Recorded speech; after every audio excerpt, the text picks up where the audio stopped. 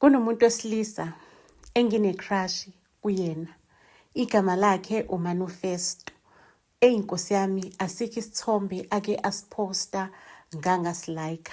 Ayikho into ake ayiposta kwi-social media ngangayilike. Ayiba kwethu ngiphila ephejini lakhe loya muntu, ngiphila kwi-social media yakhe, ngibuka nje i-lifestyle ayiphilayo. Ngine-crush noManifesto. Well, uManifesto ngiyamazi. Ngiyamazi nje nawe uyangazi futhi naye la kakhona. It's just that like sine-mutual friend, asijwayeleni kangako, asijwayelanga futhi ukuthi sibe ndawonye kangako. Shukuthi i-universe yashifta izinto, ishiftela mina naye. Angisho neyazi law of attraction. Ake ngicela ukuntshela sahlangana kwi-party le esine-mutual friend khona. Bafethu zaziwa kuleya party.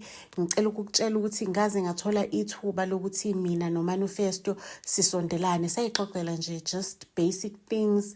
Kwasho ukuthi uyayi-enjoy i-conversation yami uManifesto. Ngathi uyabona-ke manje ibambe ngako. Bafethu-ke niyabazi nanutshwala. Mina ngangaphuzile kangako because ngangafuna ukuthi ngiphuze ngize ngiyiphoxe. uManifesto wephuzile. Savuka-ke endlini yami mina noManifesto. Walala endlini yami-ke senza izinto ezenziwayo ebusuku. Mangabe zivuka ekseni uManifesto nje usekhohliwe ukuthi kwenzakaleni, ufike kanjani lana. But-ke uyayazi ukuthi indoda iyohlezi indoda. Saqala phansi-ke izinto zakhona-ke manje senza futhi. Manje-ke sesenza usekuma-senses wakhe, useyabona ukuthi kwenzakalani. Ngicela ukuntshela ukuthi angazi ukarade engangushaya laphayana ukuthi ngavela nengaphenduka esinye spring bafethu, umfana nje equmile. Ayike umfana mangabe ehamba avalelise asho ukuthi hey mina ntombazane ngi-enjoyile lento ade siyenza lana, ngingajabula futhi ukuthi siphinde siyenze. Shukuthi phela ucela ukuthi sibe ama-friends with benefits ngendlela into mina engayi-understandanga khona. Bafethu-ke ngivume ngoba phela it means one step forward. Yabona sengizoba closer to him, you understand? Kungaqala nje kuyi-friends with benefits. Who knows ukuthi mina naye singagcina sisebudlelwaneni. Besides naleyo benefit like kumina ibiyona yonke into bafethu because bekuyona ndlela ezongisondeza kuyena uManifesto. Ngicela ukuntshela ukuthi ngomsombuluko ngase ngiqaqe yabona ama-braids wami ngawalahla laphayana.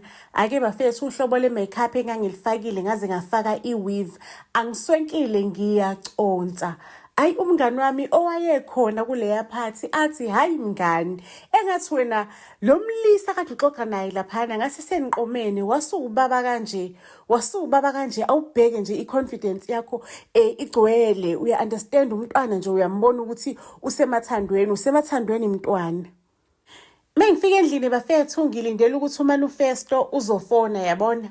Ngilokhu ngihlele ethembeni, ngibheka i-social media yakhe, ngiyalike, ngenza yonke into nje ngifuna ukuthi phela akhumbule ukuthi ngikhona. Futhi-ke manje sengiyambona naku-WhatsApp status, ngiyalike kuma-WhatsApp status, ngenza yonke lento le. Ngicabanga ukuthi hayi mani lo mfana lo kumele ngimkhumbuze ukuthi ngimremind, ngisho useyangazi usesibonene useyangazi ekamereni, kumele ngimremind ukuthi ngikhona. Ake bafethu ngicela ukuntshela ukuthi angisho mina lo mfana ngiyam-understanda, ngimstadishile. Sengihamba iy'ndawo ey'phezulu-ke manje, ama-restaurants aphezulu, ngiyashutha bafethu, ngiyaposta. Ngicela ukuntshela ukuthi-ke lokuphosta kwami kwamthinta umfana because ngangiswenkile, sengigundinwe lezi blondi ngesinye isibabane bafethu. Ngicela ukuntshela ukuthi umfana wakhomenta nge-voice note. Ngathi mangabe ngiyilalela i-voice note bafethu ngahlanya. Umfana athi kunganjani sithandwa sami, ngize lapho ngizokubona namhlanje, sibe ndawonye namhlanje. Uphendula i-status sami wasibona ebusuku, sho nje wathi yena umane uyasibona manje akasakwazi ukuthi ayibambe. Umina bafethu lona ebusuku ngigeza ngilungiselela ukuza kwamfana. Umfana uyeza phela. Ake ngicela ukuntshela ukuthi ngize ngigqoke ilingerie. Ngifuna umfana angifice ngibusy ngifuna umfana angifice ngi-on, ngifuna umfana angaphinde akhohlwe ngami. Uyabona lokuthi sabonana ngomgqibelo wathula isonto lonke ngaze ngamphumela ama-out ukuze umfana akwazi ukukhomenta. Usezubuya ngomgqibelo omunye futhi ebusuku midnight, ungifonela midnight uthi umfana uyangikhumbula, ngigcwele engqondweni yakho ufuna ukuzongibona. Ngangithi nje ngifuna ukuthi na-Monday morning afone umfana sikhulume sixoxe kube mnandi nami bakwethu ngeke ngichobozele ngikhuluma nendoda. Afike kumfana bakwethu ngicela ukunitshela ukuthi nakhona-ke sawushaya kuNgqomphotho-ke, niyazi ukuthi uNgqomphotho into zami. Ake umfana, hawu umfana nangumfana ufasa icathulo usuyahamba umfana. Hayibo sengiphatheka kabuhlungu phela asakakhadlisha sakenza ilutho. Ukwabona lento umuntu aqeda vela nafasa ishethi nje. Hawu sinini umuntu ufasa ishethi umfana ufasa icathulo umfana useyasukuma uyahamba umfana. Hayibo sengize ngimcabuze edlathini ngithi bye phela. Hawu nangumfana bo athi hayi khuleka ngizokufonela sizokhuluma sizobonana.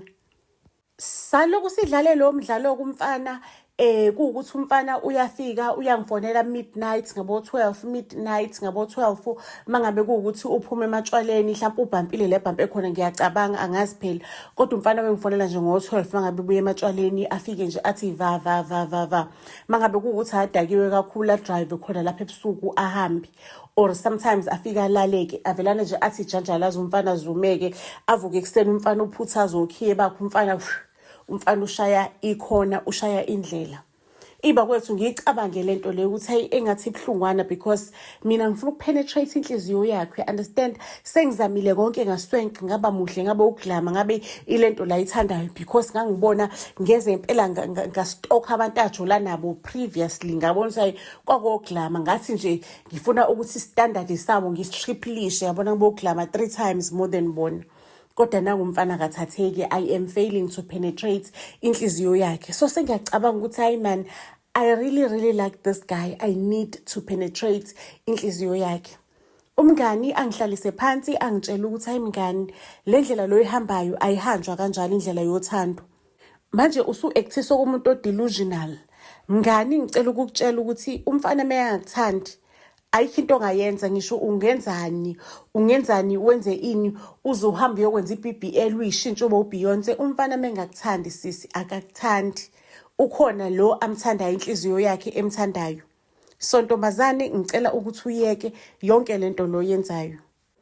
Umdampe lo mfana maseke uvula inhliziyo yakho uthole uthando, uthole umuntu ozokuthanda. Bafethu umngani ubekangayazi into esenhlizweni yami ukuthi lo mfana lo ngiyamthanda. Mekanganginaki uzogcina nginakile yena. Ngizokwenza sure ukuthi uyanginaka. Nangu-ke umfana esengibizela eHello Restaurant. iHello Restaurant enye restaurant ehigh eBhazesey eTop Shayela, enye restaurant nje eTop Shayela. Shukuthi-ke sihambe-ke siye eHello Restaurant nalo mfana. Ayi umfana ingijabulile okokuqala ukuthi umfana ungicele ama-out, ungicele e-restaurant. Kuthi mangabe sifike e-restaurant umfana akhuluma inhliziyo yakhe asho ukuthi lalela Ncami, kahle mina nginenkinga la, ngiyakuthanda Ncami, you are controlling my mind, usengqondweni yami. Njalo ebusuku mangabe ngidakiwe in the middle of the night la ekuhlukana khona ukukhanya kuhlukane nobumnyama, kuhlukana imini, kuhlukana usuku, kuhlukana izolo, siyongena ngakusasa. Yabona ngisuke ngasakwazi ukuyicontrola ingqondo yami ngize ngenze sure ukuthi ngizala kuwena. But iproblem yami ukuthi kade ngisaba ukuthi ngikutshene indlela engizizwa ngayo, ngoba ngisaba ukuthi mhlambe mina njengomfana nje uhamba ubusuku uhamba indaba zobumnandi, because mina ngiyakuthanda ukugroova nje Friday Saturday Sunday ngiyakuthanda ukugroova. And wena uyintombazane yasekhaya, you are a wife material, and I also want to make you a wife, but this is my life. I love like i-night life. Ngiyathanda ukugroova, ngiyawathanda ama-club, i-night life nje into zami. So bengisaba ukukutshena the whole time ukuthi mhlawumbe uzovela nongireject ngoba nakusiphila impilo engafani. Kodwa-ke manje angisakwazi ukuthi ngiyibambe, angisakwazi ukuhlala ngakutshela ukuthi ngizizwa kanjani. Ngihappy, ngijabulile ngawe Ncami, ngiyakuthanda Ncami. Bafethu yo, yazi kwathi angihambe ngiye toilet ngiyokhala kancane ukuthi kodwa uNkulunkulu ngenzani. Emva kokulinda isikhathi esingaka sekuze kwafika la sengizwa khona ukuthi sengiyahluleka ukuyibamba anymore. Nangu umfana wavela wangiconfronta ngothando lakhe, wanginikeza uthando lakhe. Umfana-ke angagcini ngokuthi uyangithanda, angibonise uthando. Ngicela ukukutshela ukuthi bengisemjolweni omnandi, ngisemjolweni oshisayo, ngisemathandweni amakhulu naye uManifesto. Ayibafethu isikhathi sonke besindawonye, iba kwethu esokhela isibani sothando uManifesto. Sindawonye, kumnandi mesingekho endaweni yami sisendaweni yakhe. Ake ngicela ukunitshela ukuthi emva kwenyanga sithandana, ayibafethu inhliziyo yami igcwele, I was fulfilled. Inhliziyo yami igcwele uthando lakhe uManifesto. Emva kwenyanga-ke uManifesto angitshela ukuthi atshele mina ukuthi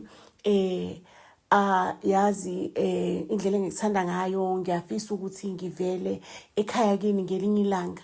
Kodwa-ke sengehlikalelwe into engakaze ngicabanga ukuthi ngangehlakalela.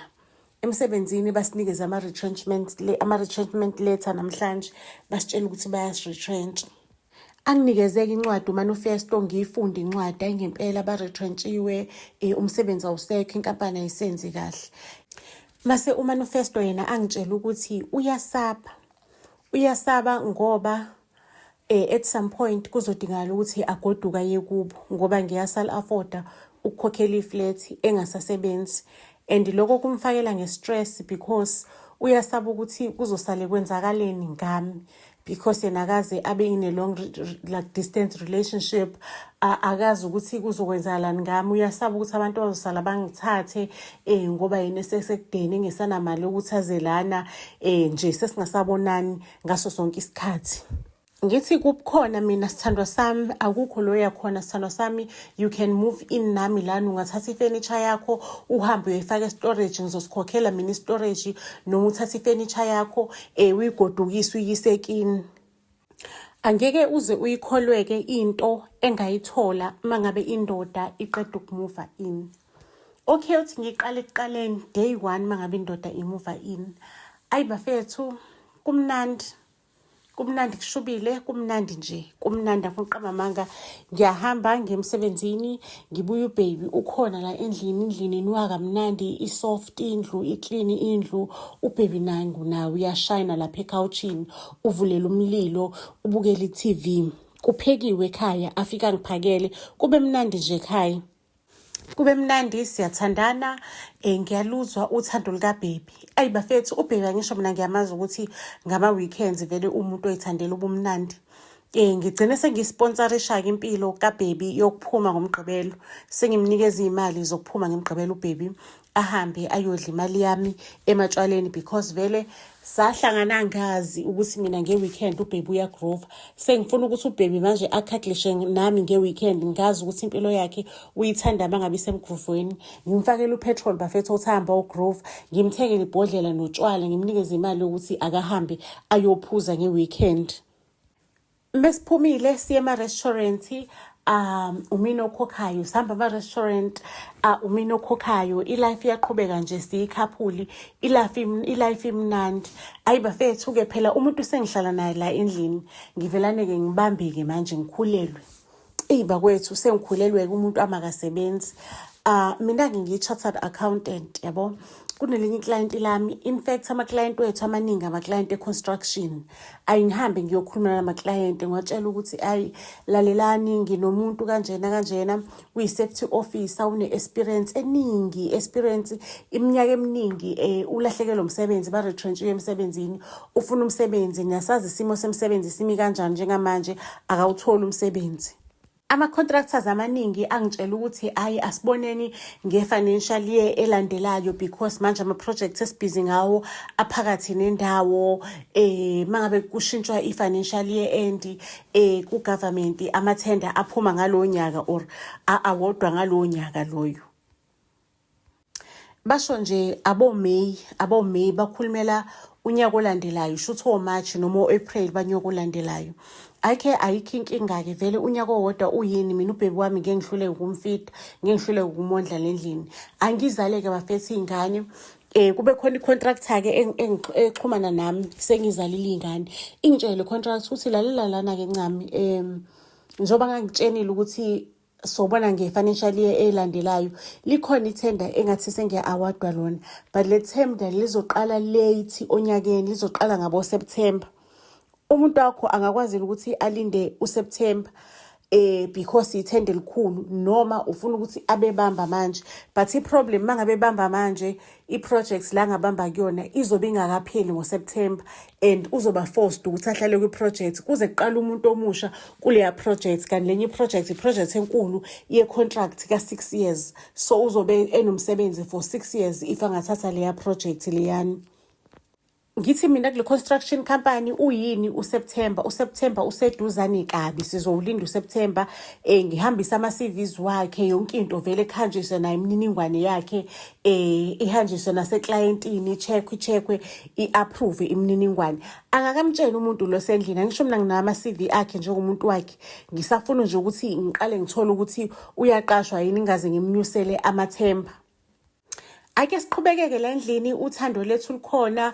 It's just that umuntu wami akasathanda ukuthi siye enkonzweni yekamero, yabo. Akasathanda ukuya enkonzweni yekamero njalo. Mhlawumbe sekuba into ya once a week, or nje into yaqwaqwaqwa, akusasiyinto ya every now and then. Mangabe ngimbuza ukuthi yindaba noma ngizama ukumthashathasha, uvelela ngitshela ukuthi ile stress le songasebenzi, yabona. Ngimtshela ukuthi khona le ngizamela khona something is cooking, khuleka izolunga maduzane. Umuntu wami umbona ukuthi hayi vele nje inkonzo yekamera science sesenza qwa ngoba uthi une stress nje izinto zakhona ayihlangani. Bakwethu ingiphathe kabuhlungu ke lento lena, sengifise ngathi nje ngaze ngimtshene ngalolu daba lolu. Mase ngiyamtshela ukuthi hayi lalela muntu wami, khuleka wena ugcwala ubhavu, khona ikhampani kanjena udaba lakhona sesilihambile kanjena, sebe submithile imininingwane yakho kwi-client azobe belisebenzela. I-project izoqala ngoSeptember, into zakho yi-approve zonke, bazokufonela wena ngoSeptember. Emabe sekumele i-project iqale, nivumelane ngemali, usayine i-contract, mase nje yonke into iba mnandi, kodwa nje i-position sekuyeyakho. Umuntu wami athi imfethu ngathi kusawa manje, kusawo April oshani noSeptember, ngiyi-depressed manje. Ngithi mina ayikhuleka, whatever that you need I will take care of yonke into oyidingayo. Angifuni mina ukuba nobaba wey'ngane o-depressed, uzothela iy'ngane zami zibe depressed. Sizelwe phela ingane yami, uzothela ingane yami ibe depressed. Athi ngizozama mfethu, ngingakhululeka muntu wami, konke okudingayo mina nje ngizokuphesha le ngikuphesha khona. Ngiyazi sisonke siyathandana mos, sikuyona yonke le ndima ndawonye. Ake bafethu bengimphesha-ke vele umuntu wami, iy'mpahla ngiyamthengela, ngiyamswenkisa, ngiyamgqokisa, ngiyamfakela nje vele u-full tank ngiyabalahlela, yabo. Mangabe efuna ukugoduka ekhaya ngiyamnikeza u5K ukuthi afake u-full tank ekhaya kubo, afike mhlampe ephethe igrocery, mhlampe noma kuthiwa igrocery encane, kodwa nje afike ekhaya kubo emnandi echachambile. Yize ekhaya kubo bazi ukuthi like currently he is job hunting, yabona, kodwa nje afike ekhaya umama angabe se-stressa, yabona. Umuntu wami mangabe nje kuwukuthi uyahamba uye kuma-interviews ey'ndaweni ey'kude, because angisho yazi lento ye-construction sometimes iba sey'ndaweni ey'kude, uyahamba ye kuma-interviews ey'ndaweni ey'kude. Mina vele financially ngiyakhona mos, ngiyamnikeza imali ahambe, ngithi akafaka u-full tank, ngithi akahambe aye kuma-interviews le kumele ukuthi aye kuma-interviews akhona, ahamba ayosebenza, ahamba ayofuna umsebenzi. Ake ngelinye ilanga sichilele nomuntu wami, ngimgonile aze azumeke ubaby. Ifoni nje ikhona la eduzane, ifoni yakhe kade nje ebusy edlala something, yabo, edlala igame. Shuthi wazumeka edlala igame, ifoni isa-unlockekile esandleni sakhe. Hayi kungena imessage, yabona kule message ngibona amahathi bafethu, umuntu ulele. Ngibhubhe ukudinwa, ngivula imessage usikwenzakalani, waye ngibona amahathi. Ngibona intombazane, yabona ama-message uwadelethile ama-message before. Ithi hello baby wenzani intombazane, but akunama-message amanye nje, this is the first message. Ngithathe inamba yakhona le ntombazane, ingicasule lento le ukuthi isho kule ntombazane izofuna indoda yami, ithi hello baby wenzani. Uyababona labantu ukuthi abakaze babe ne-conversation, sho ukuthi le ntombazane iyona eqalayo le conversation. Ngifoneleke mina le ntombazane ngithi kuyona ngicela sikhulume woman to woman. Uyasazi-ke leso stage somjolo uma ngabe usufonela izancinza uthi let's talk woman to woman. Angimtshele ukuthi hey sisi ngibona imessage yakho engayi-understand efonini yendoda yami. Uthi hello baby wenzani usho endodeni yami. Angizile kambi angizile ngolaka angilo sithandwa sami ngicela ungangitholi kambi. Ngifuna uku-understand nje usikwenzakalani phakathi kwakho nendoda yami. Kwabe ngiyithelile kohlanyeni. Kwabe ngiyithelile ohlanyeni kwangititiliza okwentombazane. Kwangititiliza kwangidobha kwangisusa phansi kwangisa phezulu. Intombazane ivelana ingitshela ukuthi ubani wena wilesigogwana lesi esipha umanifesto imali. Lalela-ke ntombazane, mina-ke ngilo geli lo odla imali yakho nesoka lakho manifesto. In fact umanifesto nje akasili isoka lakho. Umanifesto nje lapho uyizela indawo yokuhlala after elahlekelwe umsebenzi. Walahlekelwe umsebenzi waseyabona ukuthi kumele azohlala lapho akusenga imali kubo wena nje umsponsorishayo. Thina-ke nje ngama weekend le mali osuke umpheyo nomanifesto siyidla naye. Lo petrol osuke umfakele wona sigroova ngawo sehla senyuka ngawo indawo. Uyabona labo 5,000 umfakela bona uthi agoduka yekubo awuke khohlaka mama suke sibukhile ama BNB. Uyabona imali ukuthi usuke umnikeza yona intombazane ibali ithi ngisho kwayimanje ngingamcela imali umanifesto uzokufonela akutshela ukuthi hayi sithanda sami ngidinga imali engaka ini uyifake silima siduphunga sentombazane base siyahamba siyoyidla nomanifesto mina lo mali. Uyabona zonke le ikhathi lezi ethi yena uhambile uye kofuna umsebenzi kuphi usukelele la kwesami isifuba wena usele lapho usukelele la kwesami isifuba. Ayibo ngicela ukunitshela ukuthi ayike ngingayikholwa yonke lento le because umanifesto umsebenzi wamphelela la kwami sithandana. Le ntombazane nje mhlawumbe umuntu oyifunela umanifesto one-information usikwenzakalani so ufuna ukusebenzisa lo information against mina. Le ntombazane kahle kahle iyamfuna umanifesto kuba iyazi nangasebenza kanjani ngasebenza kanzima kabi ukuthi ngize ngithole i-attention kamanifesto. Umcabango lo idila engqondweni yami while ngikhuluma nale ntombazane ngithi lalela lana-ke sisi mina bengaqondile ukuthi ngifonele ukuthi kuliwe. Khulileka indaba ye-retrenchment umine ngam-offer indawo yokuhlala umanifesto. Umanifesto wa-retrenchwa vele sivele sesithandana athi isiduphunga sentombazane lo letter leyo kwakuyi-fake i-retrenchment letter kwangasiyo nje original siduphunga sentombazane angani wena uyi-chartered accountant pho kwenziwa yini ukuthi nje ube isiduphunga kanje. Ngicela ukunitshela ukuthi ucingo lentombazane ngaze ngalidropha vele ngoba nje yayingekho inqubekela phambili. Kodwa mangabe sengilidrophile ngicabanga ngayifunda nje i-retrenchment letter yayo indoda le. So kwenzakalani into lenzakalayo la. Ngihambe ngiye ekamereni leli ehlala khona izinto zendoda khona ikamera engalisebenzisa elispare indoda ngayinikeza lona ukuthi ibeke ama-documents walo nani. Ngifike ngiyivula ibox enama-documents alendoda. Ngithole i-original retrenchment letter mase ngiyathola i-fake retrenchment letter. Kungicacele ukuthi le ndoda sho ukuthi njengoba vele mina yengenza i-one night stand iyayibona ukuthi ngiyalike ngiyakhomenta ngiyayifosta i-communication between mina nayo because ngake ngicommente nje kuma-status kuma-WhatsApp status kube naloyo communication empty and mina ngisalambele more communication kodwa nje kube i-communication elambile kwayiyona.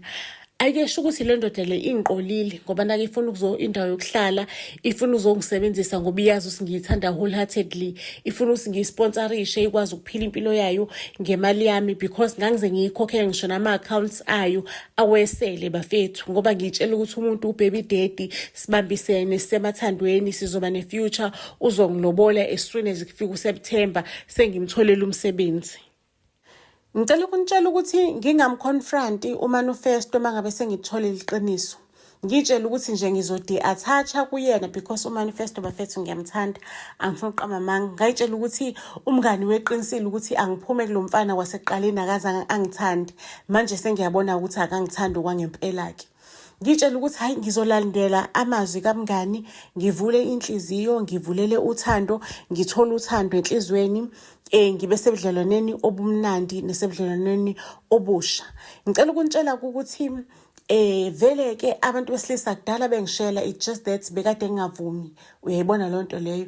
Hayi abantu besilisa kube khona nje lo phela engathi ngiyagcwala ngaye. Hayi ngiqale kubudlelwane naye, ngiqale ngijole naye, ngisajola naye isinyonyela. Ngifuna ukuthi ngize ngifike kuleya ndawo lethi khaxaxayo ukuthi sengiyahila from umanifesto mase ngiyamtshela ukuthi get out of my house. Ake bafethu ngiyajola nalomuntu, ngijola isinyenyela, ngilinda ukuthi kuze kufike leya ndawo mase ngijola in front of umanifesto ukuze nje naye abuze ubuhlungu bokuthi ungijolelile, because information engayithola ngathola ukuthi kwageli lo ukhipha lonke iphepha because bona banomanifesto sebenginongazwani, because umanifesto sekunabanye abantu anabo. Uzama ukumxabanisa nami ngoba vele uyazi ukuthi i-relationship between yena nomanifesto isisheki. Sekukhona umunye umuntu okhona umanifesto adla nayo le mali amprioritizayo. So that's why ugeli wangikhiphela lonke iphepha ngoba phela kudala ugeli azi ukuthi ngikhona, kodwa behavior eyiphatha kahle, angafoni mangabe kuukuthi umanifesto usendlini, angasendi lutho mangabe kuukuthi umanifesto usendlini, because mina angikaze ngisuspect lutho. Sho ukuthi ugeli wemtsheni umanifesto wemtshela ugeli ukuthi lalela sizoyidlala kanje le game yethu. Okay, sho ukuthi kuthe la sengiready khona yabo bafethu, sengiready ukuthi sengizohlukana nomanifesto, sengifuna nje ukuvelana nje ngijole live ukuze ngimhethe mina umanifesto. Kanti umanifesto kudala ayibona indaba, kudala indaba ayibona, wayilandelela umanifesto. Ngelinye ilanga ke sho ukuthi ngilele naye kwenzeke senze inkonzo yekamera, because inkonzo yekamera mina bengingasayifuni vele nomanifesto. Kwenzeke siyenze ngalolu langa, umanifesto seneyinsuku engincenga ukuthi ucela senze inkonzo yekamera, uyangicela.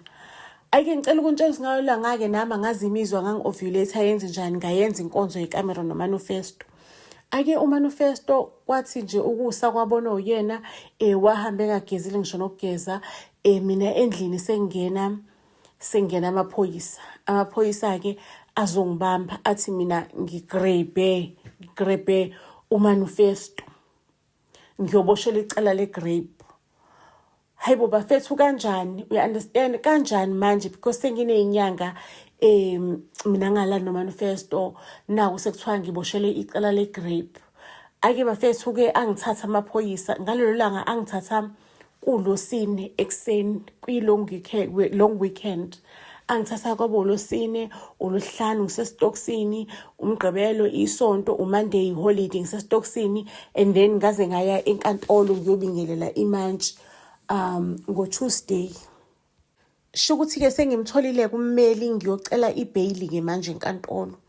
Ake bakwethu inkantolo ifike ingirefuse ibail, ithi kunamanye amacala ami intahlantahla, amacala ami apending kahle kahle kudala bangifuna, because ama-fingerprints wami are everywhere la ekunobugebengu khona. Kunamadokodo awu-8 la kade ngifunakala khona ekunobugebengu khona. Inkantolo nje ivela ithi mina ngiyi-high risk, angeke ngize ngikwazi ukuthi ngithole ibail.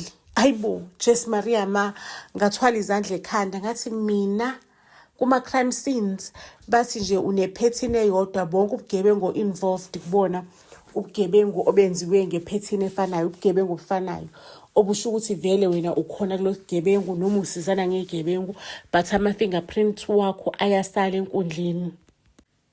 Ake ngibe confused ke manje, ngibe confused okokuqala okokugcina ke bafethu ukuthi kwenzakalani. Ngithe ngithi ngisa confused kanjalo ngathathwa ke manje angisabuyeli ke kuma holding cells. Ake bafethu sebengisa ke ejelela ngempela le ngiyolindela khona ke engiyolindela itrial. Ayikummeli wami afike ke sikhulume asho ukuthi uzoaphila ke for ibail, uzoaphila for ibail. Mase ngithi mina ngeke inesandla semfene lento le. Ama case kanjani le ndoda le mina angikaze ngigrabe, le ndoda le yalala nami kade yayincenga, isizothi manje mina ngigrebile le ndoda, isizothi ngigrebile. Ibafethu second attempt si-apply ibail ummeli athi ayingeke ncami akukho positive lento le because ubufakazi bukhona kulamadokodo. Kade sengimrequestile ubufakazi bukhona kulamadokodo. Angazi into engizoyithini, sizoyizama i-second attempt. Sinama opportunities awu-3 ukuthi sizame uku-aphila for ibail. Sizoyizama i-second attempt. Kodwa mfethu things doesn't look good. It doesn't look good ngempela. Bafethu ngihlale phansi ngicabange laphayana, ngicabanga ukuthi kunganjani ngithole i-private investigator. Shukuthi lo muntu wami engithandana naye ngaleso sikhathi very positive and very supportive. Asho ukuthi yena ususpect ukuthi le ndoda lena mhlambe iyona etholile ukuthi sesiyajola ingakho ingifake icala eGrape. Shukuthi nje it got something to do with le ndoda. But bafethu kuma crime scene kangaka le ndoda le angiyitrust ukuthi akasiyo umuntu ohlanipheka ngawo ukuthi angaze afaka ama-fingerprints wami kuwona wonke amadokodo lawo. Shukuthi khona imistake eyenzakalile, mhlawumbe ukhona umuntu enama-fingerprints afana nawakhe emhlabeni, likhona iphutha elenzakalile. Ngiqasheke manje i-private investigator ngokuyalwa umuntu wami athi hayi man akuthole i-private investigator i-investigate ukuthi kwenzakalani kulamacala, kwenzakalani lamacala, amacala aqhamukaphi, kwakwenziwe buphi ubugebengu. Ithole ukuthi the time kwenzakala ubugebengu wena wawukuphi ngaloso sikhathi. Wokuphi ngaloso sikhathi, iphinde i-check nase-Home Affairs ukuthi akekho yini umuntu onama-fingerprints afana nawakho mhlawumbe kwenzakala iphutha e-Home Affairs ntontoni, uyabona lo nto leyo. Ake ngempela ngiyikhipha imali itholakale-ke manje private investigator. I-investigator ithatha isikhathi sayo-ke investigate, i-check ukuthi ingathola kanjani ukuthi I was not on the scene on that day. Ingabuthola kanjani ubufakazi because even nefone iyayitshengisa i-location ukuthi you were this location ngaleso sikhathi. Kodwa-ke akusiyi i-evidence enough leyo because bangasho ukuthi ifoni uyishiye ngemuva wahamba wayokwenza ubugebengu bakho, wahamba ukwenza ukukhohlakala kwakho. Ake i-private investigator i-investigate bakwethu, it was not easy ukuthola ama-copies, ama-footage akudala, you understand, ukuthola ama-footage akudala nokuhlanganisa ama-dots, yabona. But ama-private investigators-ke anezinto zawo. Ngicela ukunixoxela into eningayazi bantu bahlali bala eBhazeseni. I-footage noma kuthiwa ideletiwe ikhona somewhere, iya-exista somewhere, iya-exista. Mangabe kuwukuthi userious uyayifuna uyakwazi ukuthi uyithole. That's why-ke kunama-private investigator. Ya-investigator, le investigator yasiphuma ne-finding yokuthi inabo ubufakazi bokuthi ngangingekho kuloma crime scenes, kuloma scene la lekwenziwe khona ubugebengu. Mase futhi ithi kune-pattern konke lamadokodo lawa mina engitholakala ukuthi ngi-involved kuwona. Kusolakala ukuthi bonke lamadokodo lawa aphethwe ukhazini wakhe uManifesto, okusho ukuthi kune-possibility yokuthi lama-fingerprints lawa uManifesto uyena o-arrangeile ukuthi lama-fingerprints abe kulamadokodo because wonke lamadokodo lawa aphethwe umuntu oyedwa. Athi ukuze kuphume iqiniso sizofaka i-complaint ngaye lo muntu lo, sizovulela yena icala lo owenze i-corruption, owenze ubugebengu lobo bungaka. Ake ngempela ummeli wami ahambe-ke manje ayo-applyela-ke manje i-appeal esephethe ubufakazi yibo ukuthi anginalo icala. Ucela icala lichithwe. Inkantolo ayinabo ubufakazi. I was not there on the scene. Ngangingekho on the scene. Nanka ama-proof ukuthi ngangikuphi. Uyofuna ibail mase futhi applyela nokuthi ucela ukuthi icala lichithwe ngoba naku ubufakazi obushoyo ukuthi mina ngangikuphi nakuphi. Aphinda asho futhi ummeli ukuthi yonke lento le inesandla semfene because wonke lama cases lawa kunomseshi oyedwa o-involved. Kwenzakala kanjani ukuthi kuqondane ukuthi konke lengenze khona ama-case ila nginalo mseshi kuphela, lo mseshi oyedwa kuphela? Why ngingenawo amanye ama-case akwabanye abaseshi? ake ngempela kube into raise ama-eyebrows-ke lento le yokuthi why amacala amaqondene nalomseshi. Shukuthi-ke ngiphume-ke ejele kanjalo ngiyithole i-bail, i-appeal ye-bail. Ayima ngabe ngiphuma-ke shukuthi ngiyacabanga ukuthi lo mseshi lo wakhuluma nomzala wakhe ukuthi eyimamela ndoda kushubile ngcono wadrophe ama-cases against lo muntu lawa e-Grape, and then lawa amanye vele inkantolo izowachitha azophuma e-court because ubufakazi buyakhomba ukuthi uGela akazange nje waba lapho ngisho nangengozi. Ake ngempela uManifesto ahambe ayolicima icala le-Grape. Shukuthi ngalesikhathi mina ngingaphakathi ejele because ngahlala isikhathi eside i-private investigator isenza ucwaningo, and futhi ngangayithola i-date yokuthi kiwe court kuyoqala uqulwa icala lami. Ngahlala isikhathi eside ejele. By that time uManifesto wa-applyela i-full custody yomntwana. Usetholile umsebenzi uManifesto. Usetholile umsebenzi i-full custody. Umntwana usehlala kuyena because wamthatha njengomzali obekhona while mina I was in jail. Kwathi le ngiphuma khona ejele ngahamba ngayobhekana naye uManifesto ukuthi ngimbuze Manifesto uyenzeleni yonke lento lo oyenzile. Angitshela ukuthi wena wocabanga ukuthi uzojola phambi kwami, udliwe enye indoda phambi kwami, wehla wenyuka nale ndoda phambi kwami, mina ngisendlini ungenza isilima. So it was payback time nje. Bengifuna nje ukubraya, ukubuza ubuhlungu. Bengifuna nje ukuthi nje ukutokeke nje ushukileke uhlale lapha ejele. Ngimtshela ukuthi okay usudlalile kumdlalo wakho, ngicela ingane yami back. Athi uManifesto soze wayithola ingane yakho, angeke uzuyibone ngine-full custody, angeke uyibone nangephutha, vele ngiyenze ngamasibomo engiyiplane yonke lento le.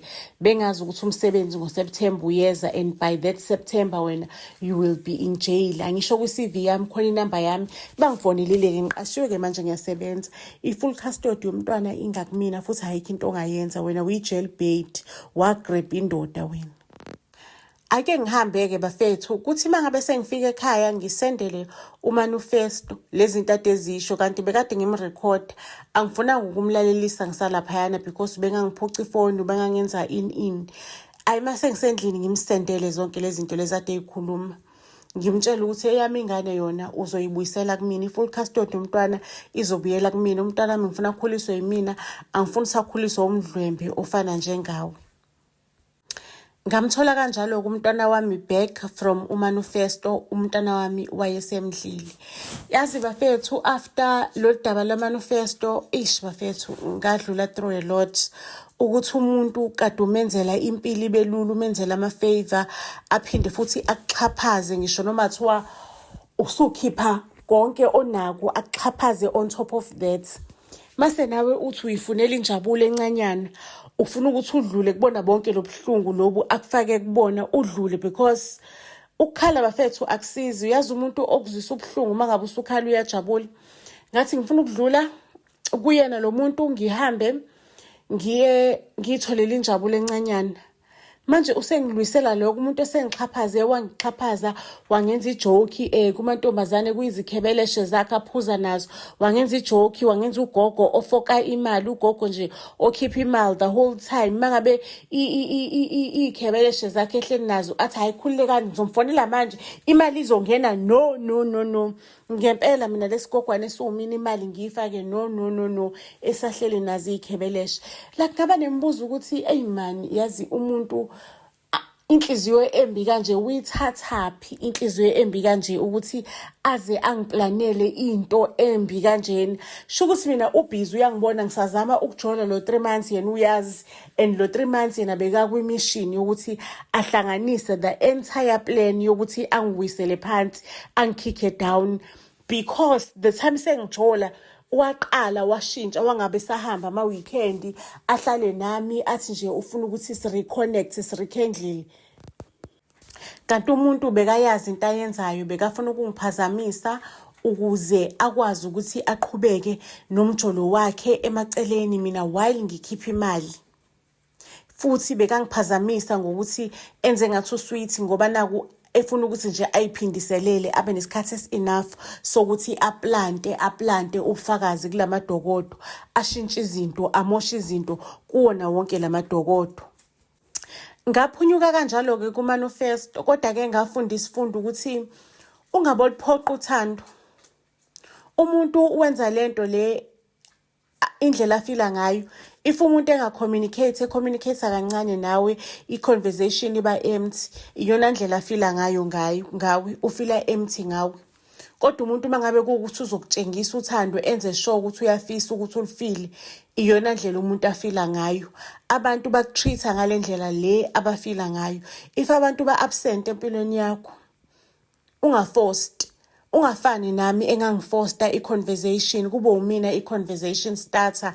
Ngistarta i-conversation phakathi kwami nomfana, ngikhomenta kuma-status omfana ukuthi hayi cha, inhleke le jini egqokile isestayeleni. Ngikhomenta kumfana ukuthi awasha chips wena. Ngikhomenta nje into ey'tshengisayo ukuthi umfana ngiyamfuna, ngiyalike, ngenza yonke into, ngibhizi. You understand? Ungavumeli ukuthi i-crush ikusebenzise, ungavumeli ukuthi imizwa yakho izikoni izikubhedise. Okubalekile kunako konke, uthando kwamele ukuthi lube equal, you understand? Ungaqhamuki kakhulu endaweni eyodwa uthole ukuthi le kwenye indawo ayiqhamuki khona, because lezo zinto lezo angeze ibalance. Uzogcina ususesimweni esifana nesami.